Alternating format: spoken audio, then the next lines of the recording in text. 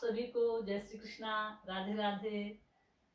अग्रिम शुभकामनाएं होली की, बहुत बहुत बधाइयाँ, मंगल कामनाएं। होली बहुत नज़दीक आ रही है। 24 मार्च 2024 की होली हम बहुत शीघ्र मनाने वाले हैं, इसलिए आप सभी को बहुत बहुत मंगल कामनाएं। होली कैसे मनानी चाहिए, होली कब है, उसका समय क्या है, उसकी पूजन सामग्री और उससे पूर्व जो होलाष्टक होते हैं उसमें उस विषय पर चर्चा करेंगे। होली पूजन के पश्चात कलर, जो हमारा रंगों के त्योहार है होली, रंगों से होली खेलेंगे। उसके बाद जो होली के पूजन के पश्चात जो उसकी राख होती है उसके सात्विक उपाय मैं आपको बताऊंगी लास्ट में। जब प्रहलाद विष्णु भगवान को मानता था तो हिरण्यकश्यप जो पिता थे उनको बड़ी पीड़ा होती थी कि मेरा पुत्र है, असुर वंश का है और भगवान विष्णु की उपासना करता है।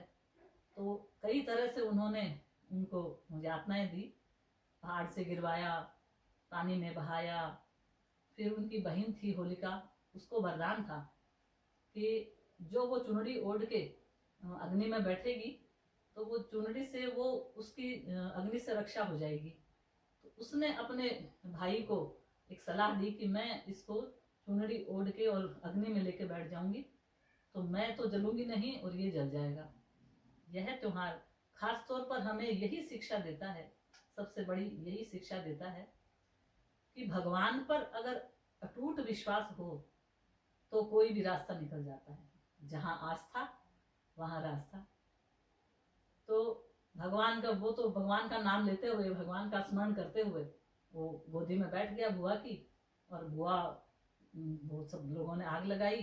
भगवान की कृपा से बहुत तेज हवा चली, चुनरी कहीं उड़ गई और भगवान प्रहलाद भक्त उसमें जिंदा रह गए।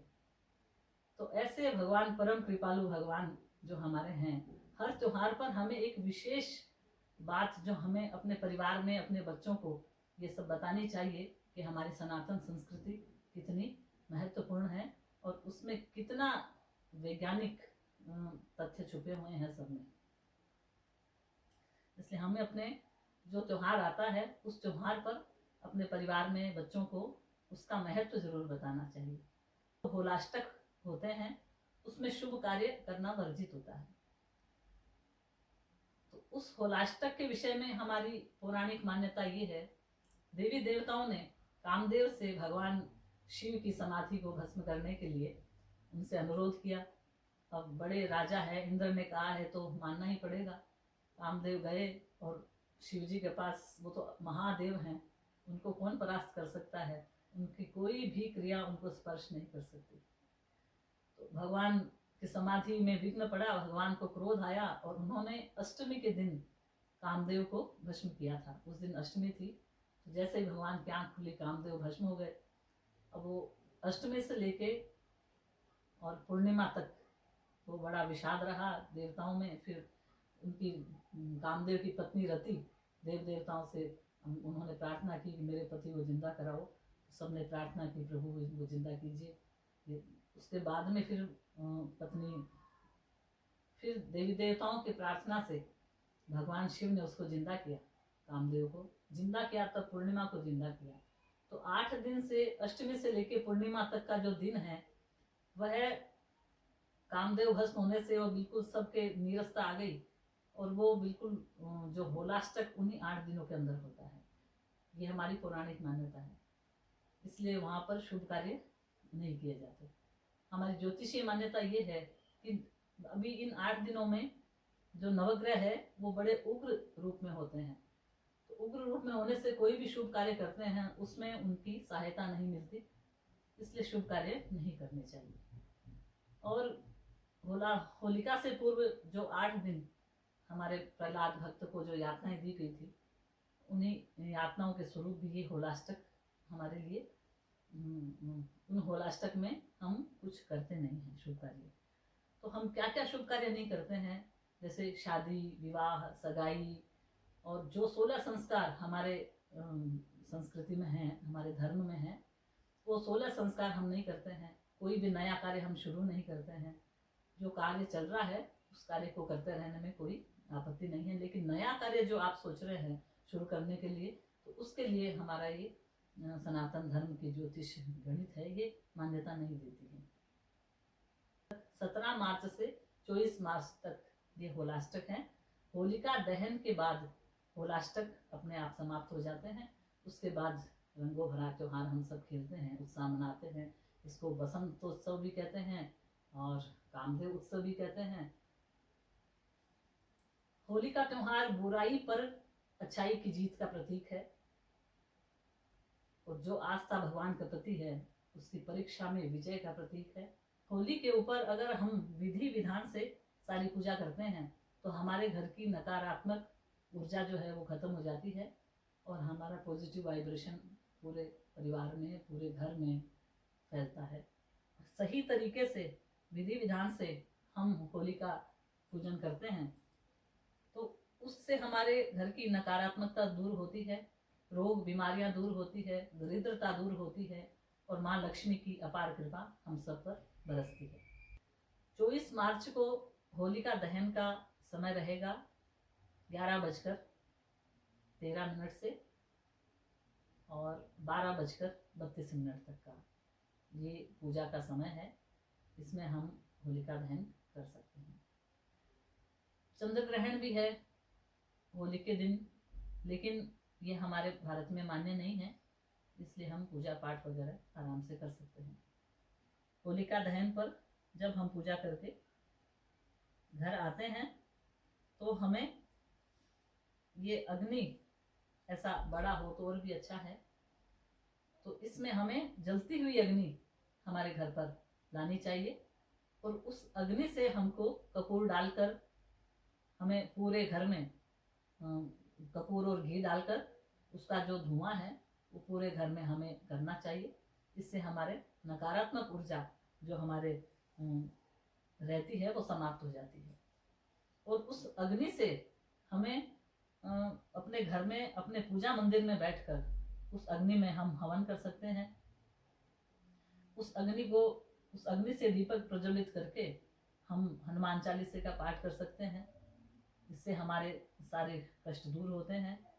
और उस अग्नि को दीपक लगाकर हम 11 बार श्री सूक्त का पाठ, लक्ष्मी जी का, ये शास्त्रों में वर्णित है, श्री सूक्त का 11 पाठ हम पूजा मंदिर में बैठकर, हमारे जो हमेशा पूजा करते हैं उस मंदिर में बैठकर, अगर उस रात्रि होलिका दहन के पश्चात उस अग्नि को लाकर, उस अग्नि से दीपक लगाकर जो 11 पाठ श्री सूक्त के करते हैं, लक्ष्मी की अपार कृपा उनके घर पर रहती है। ये बहुत शास्त्रीय शास्त्रों में आया हुआ ये विधान है, इसलिए जिसको लक्ष्मी प्राप्ति की आवश्यकता हो वो इस कार्य को अवश्य करे। हमें नरसिंह भगवान का नरसिंह स्तोत्र है, उस रात्रि उसका पाठ करना चाहिए। जो नरसिंह भगवान आप देख रहे हैं विराजमान है, विष्णु भगवान है और ये नरसिंह भगवान है, तो इनका पाठ जो स्तोत्र है वो हमें उस रात्रि अवश्य करना चाहिए, जिनको कर्जा निवृत्ति की इच्छा हो। अगर घर में कोई बीमार रहता हो तो उसके ऊपर से एक नारियल लेकर, उस नारियल को हम क्लॉकवाइज उसको 7 बार 21 बार उस बीमार आदमी के ऊपर से घुमा के, और हम पूजा करते हैं, इसमें डालकर ले जाए, एक थाली में अलग से उसको ले जाए, और जलती हुई जब हम दहन हो जाए होलिका का, तो उस जलती हुई अग्नि में उस नारियल को डाल देना चाहिए। और एक नारियल ऐसा होना चाहिए जो पूरे घर के सदस्यों के ऊपर से उसको उसार कर हर होली को ये जरूर डालना ही चाहिए। अलग अलग डालो वो भी सर्वश्रेष्ठ है, लेकिन एक नारियल पूरे परिवार के सदस्यों के सर से उसार कर हम जलती हुई होली में हर साल हमें डालना चाहिए, ताकि उससे हमारी नकारात्मक ऊर्जा उस होली में भस्म हो जाए। होलिका दहन के आसपास जहाँ होलिका दहन होती है जैसे हर तरह का गुलाल है वो हमको वहाँ छिड़क कर पूजा करनी चाहिए। वहाँ पर कच्चे सूत, ये कच्चा सूत है, कच्चे सूत को परिक्रमा लगाते हुए इस कच्चे सूत से 7 बार होली के चारों तरफ परिक्रमा करते हुए कच्चे सूत को भी उस पर लपेटना चाहिए होली पे, और रोली चावल से अच्छी पूजा करके, और उसके बाद में लौंग, इलायची, दक्षिणा ये सब चढ़ानी चाहिए वहाँ पर। और जो बड़कुल्ले होते हैं, ये तो मैंने एक ही उसके प्रतीक स्वरूप बताया है आपको। ऐसे बड़कुल्ले बनाते हैं, तो बड़कुल्लों का भी जो गोबर में जो हमें लक्ष्मी का वास होता है। जब मैं बहुत छोटी थी, आपको एक मेरी कहानी सुनाती हूँ। तो हमारे घर में बहुत गायें थी। पिताजी कहते थे कि गोबर, हमारे घर में काम करने वाले आते थे, लेकिन स्वयं पिताजी अपने हाथों से वो गोबर उठाते थे और अलग रखते थे। तो मैं कहती, पिताजी आप क्यों ऐसा कर रहे हो? तो कि बेटा, गोबर में लक्ष्मी का निवास होता है। जो गोबर स्वयं अपने हाथ में लेता है तो लक्ष्मी कभी भी उससे दूर नहीं जाती। तो हमें भी गोबर का जो है स्पर्श करने में हमें ऐसा नहीं सोचना चाहिए गलत चीज है। गोबर का आप स्पर्श करेंगे, लक्ष्मी आपके पास आएगी। आपकी हाथ की रेखाएं जो हैं वो सब बदल जाती हैं गोबर के स्पर्श से। इसलिए हमें होली के से पहले जो बड़कुल्ला बनाते हैं वो उसी का विधान है। ये घर पर बड़कुल्ले बनाते हैं, ढाल बनाते हैं, उसके पान सुपारी जो मालाएं बनाते हैं, बहुत सारी चीज़ें हम बनाते हैं। इस तरह से मालाएं बना के 4 मालाएं हम बनाते हैं, जिसमें कई बड़कुल्ले होते हैं, इनको बड़कुल्ला बोलते हैं, जो गोबर से निर्मित होता है। ऐसे बना के उसमें छेद करते हैं। हम बहुत बनाते थे बचपन में, छेद करके और वो सुखा देते हैं वहाँ उसको, और सूख जाते हैं। उसके बाद फिर उनकी एक अच्छा दिन देकर उनकी माला बना देते हैं। तो ढाल, चांद, सूर्य ये सब बना के, और इसकी 4 मालाएं बनाते थे। एक माला घर के परिंदे पे टांगते थे पितरों के निमित्त, एक माला हम लेके जाते थे होली के लिए, और एक माला हम शीतला माता का जब आता है वो कुंडे की पूजा करते हैं उसके लिए, और एक माला हमारे घर की रक्षा के लिए घर में टांगते थे। तो इस तरह से ये मालाएं बनाते थे। और तो आप भी गोबर का अगर घर पे हो सके तो 7 बड़कुल्ले ही बनाओ वैसे, लेकिन वो शुभ होते हैं, बनाने चाहिए। और ये पान का पत्ता, जैसे पान का पत्ता, सुपारी, लौंग, ये सब हमें होली के दिन हमें भगवान शंकर को अर्पण करनी चाहिए। और जहाँ पूजा करने हम जा रहे हैं वहाँ पर भी हम इनको अर्पण कर सकते हैं। ये हमारे घर के लिए बहुत शुभ होता है।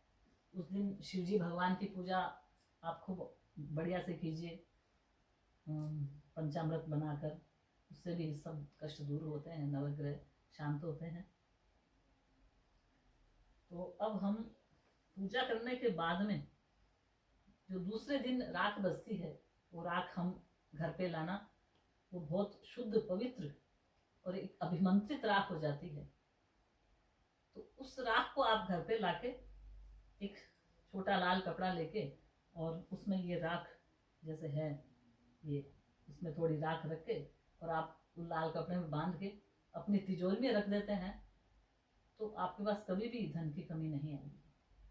इस राख को लाकर आप घर के चारों कोनों में, जो कोने पूरे घर के 4 कोने होते हैं, उन चारों कोनों में थोड़ी थोड़ी इस राख को डालिए। हो सके तो सभी कमरे के चारों कोनों में थोड़ी थोड़ी राख को डालिए। तो इससे हमारे घर की नकारात्मक ऊर्जा, हमारे घर की नजर उतर जाती है। और इस राख के और भी बहुत से फायदे हैं।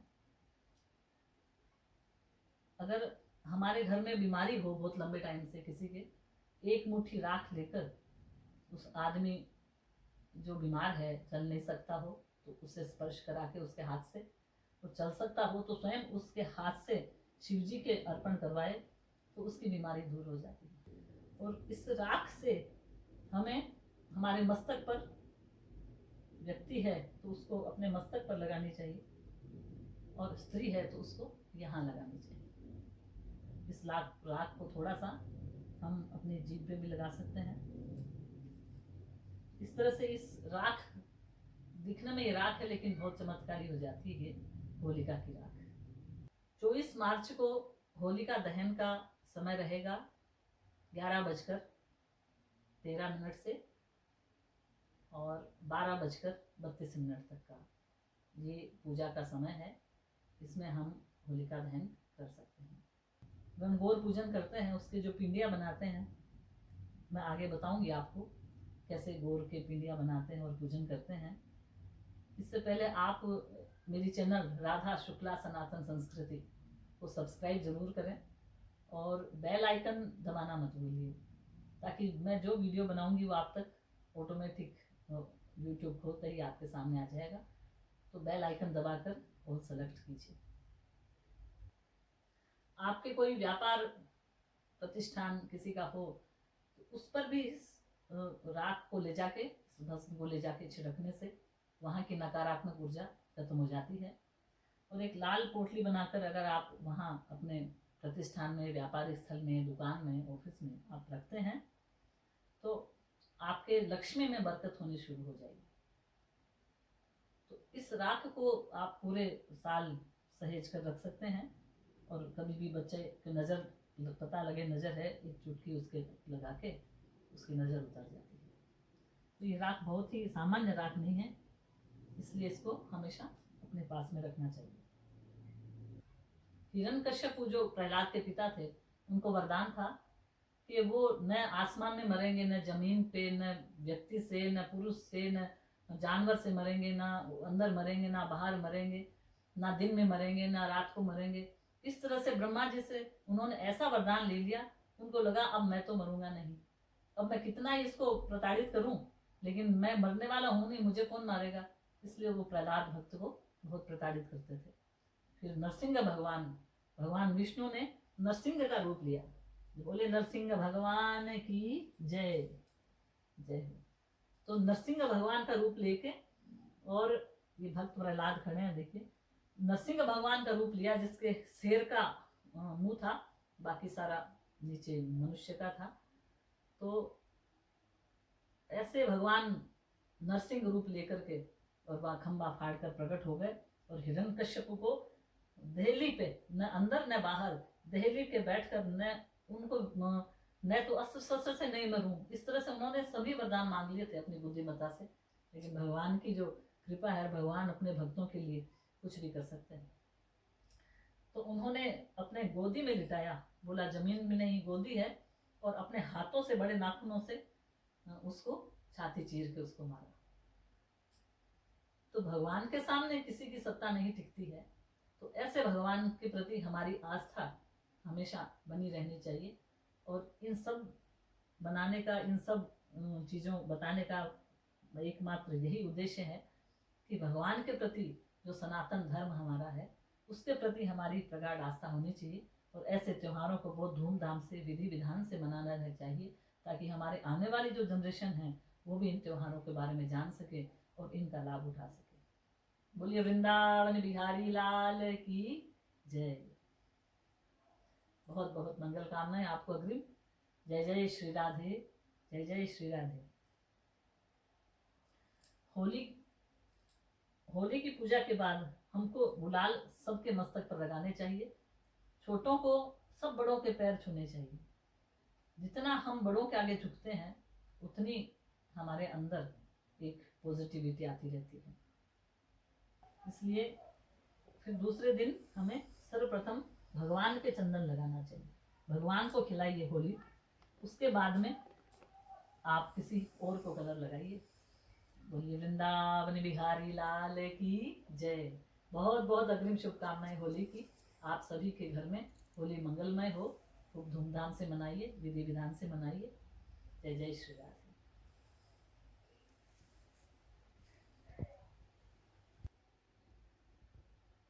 राधा शुक्ला सनातन संस्कृति चैनल को सब्सक्राइब कीजिए और बेल आइकन दबाना ना भूलिए, और इसको लाइक कीजिए,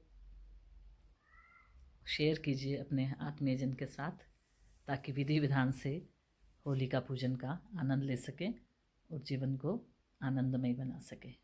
जय जय श्री राधे।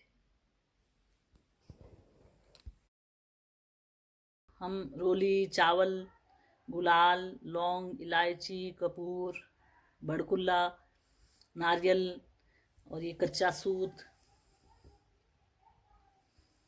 पानी का लोटा और ये अग्नि वापस लाने के लिए ये झरिया,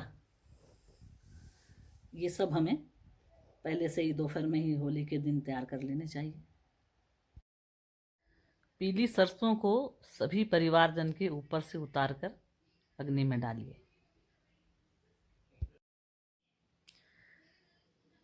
गेहूं की बालियों को होलिका की अग्नि में सेककर इनका अनाज हमें खाना चाहिए।